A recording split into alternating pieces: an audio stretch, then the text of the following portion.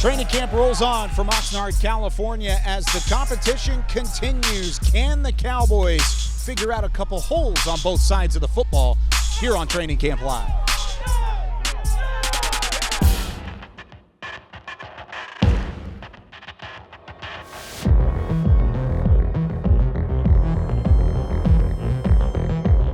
Training camp continues here from Oxnard, California, and this is Training Camp Live, presented by American Airlines, the official airlines of the Dallas Cowboys. Nick Eatman, Kyle Youmans, and there's plenty of action going on right now. Let's do it. We've got some 5-on-4 defensive line versus the offensive line. And yesterday the pads came on, Nick, so a little bit more emphasis, I think, with the physicality and being able to lock up guys back and forth between these two lines. Well, these guys finally can get evaluated. You know, we've been talking about what we think we see with quickness and awareness and all that, but you can finally see point of attack. You can see these guys, whoever the strongest ones are, or maybe the ones that aren't, you'll be able to see that when the pads come on and they're really going at it here. Yeah, really good look here. Dorrance Armstrong off on the left side as your defensive end. It is Carter in the middle. Carter playing that one technique, and then Bohanna actually playing a little – oh, no, never mind. Carter's at the 3 technique, Bohanna at the 1. What are you seeing out of Terrence Steele? This is last year. You probably didn't even know what was going on, rookie from Texas Tech, but here he's 78 over here playing on the right tackle. I mean, he's a guy that him and Secchi, it's going to be interesting. It is going to be interesting. Mike McCarthy talked about it today during his press conference that he actually won an award with the strength and conditioning staff throughout the offseason, saying he was one of the hardest workers and one of the most improved. Look at him lock up. There you go. Right there on Carter. That was a textbook lockup, and Carter had nowhere to go. No, usually when I mention him and then the play is he'll fall down or get have a false start. He looked solid, and I think – you got to give the Cowboys credit for that. They could have easily gone with a more veteran player, but they kept playing him last year. Even though he had his hiccups, they kept going with him. Crucial snaps for a guy like him coming out of Texas Tech, undrafted free agent, really unsung, and he was thrown into the fire early on. I mean, Cam Irving, after the first drive of the game on a field goal attempt, gets hurt, and he's the third-string tackle. Well, he was the one that ultimately ended up seeing the majority of the snaps at that spot the rest of the year. Kyle, I'll be honest, I'm having a hard time with just seeing what we just saw on that one. A lot of players, a lot of big guys in the way. Did Isaac Alarcón just throw a guy down? I think he did. And I believe it was either Hamilton or Gallimore that he threw down. I mean, we'd have to watch it again. Here's a guy that's here because of the NFL international exemption, and this is his second year. He's getting a chance to show some things. Yeah, this is one of the disadvantages of being on the sideline instead of having a high look. Now, it sounded like it was really good. Another great look there, and wow, there you go. You see a great look of the strength of Gallimore as Smith just gets thrown down to the ground, and Neville Gallimore really flexing his muscles here. Here we come to the near side. And Isaac did it again. I was watching him that one. He's good. So who did he throw across? I think it was Hamilton. It was Hamilton? Okay. Back-to-back reps. Now Terrell Basham as the edge rusher. Good block from Lyle Collins on Watkins. Calvin Watkins had nowhere to go, and that's veteran on veteran. Right. Or Carlos Watkins again, because Calvin is in the media. Oh, my gosh, I am all over the place today. What is going on? I promise you Calvin Watkins would have nowhere to go. No issue. Dallas Morning Sorry, News Carlos. Been doing too much work with Mickey Spagnola. Now Basham was free on the near side. That was a run to the left. Collins really pushing the pile. He's looked really good in his return after missing the entire season a year ago. No doubt. And a lot of talk about him. Is he going to retire? He was overweight last year. Well, he made sure, just like Zeke did, just like Dak has heard. These guys have come in and really focused on changing their body type this offseason, and it shows. And then it's translating to the field.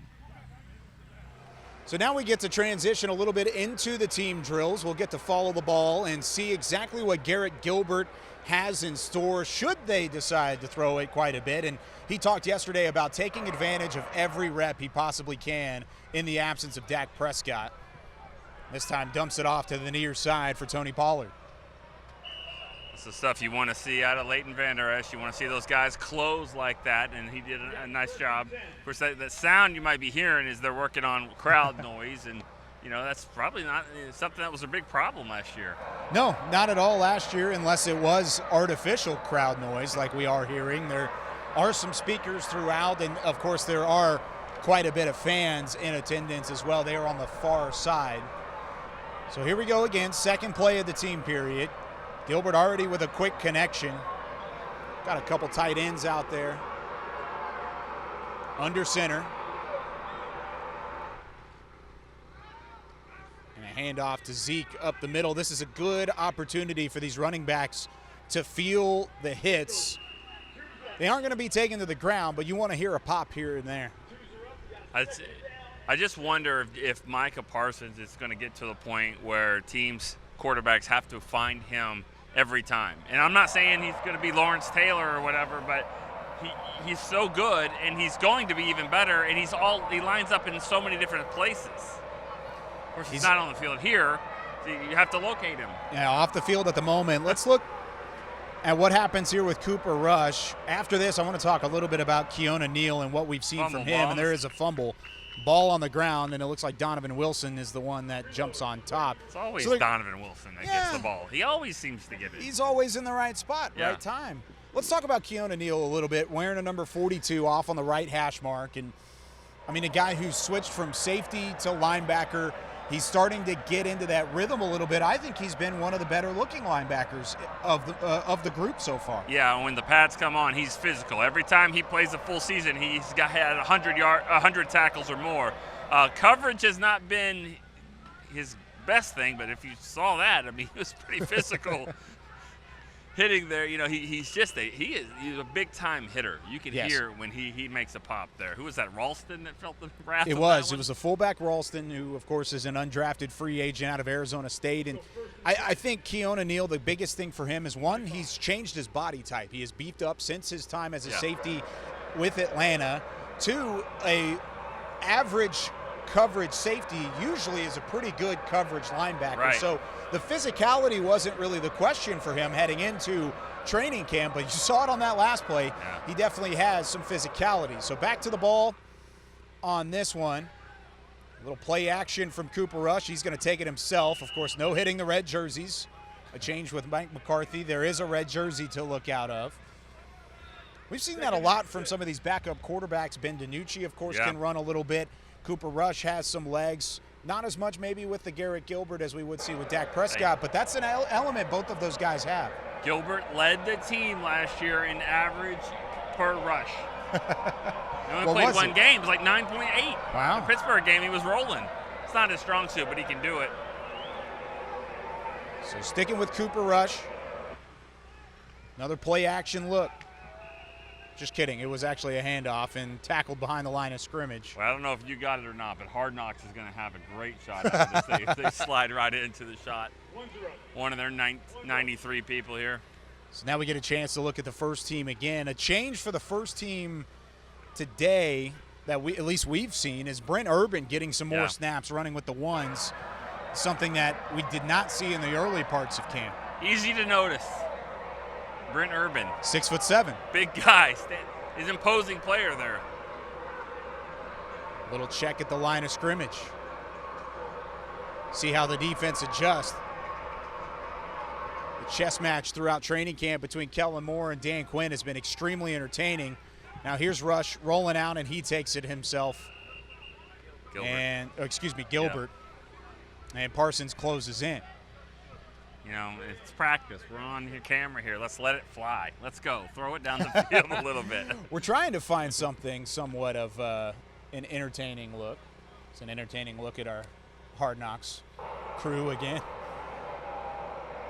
This is what you get with Training Camp Live, ladies and gentlemen. It's live.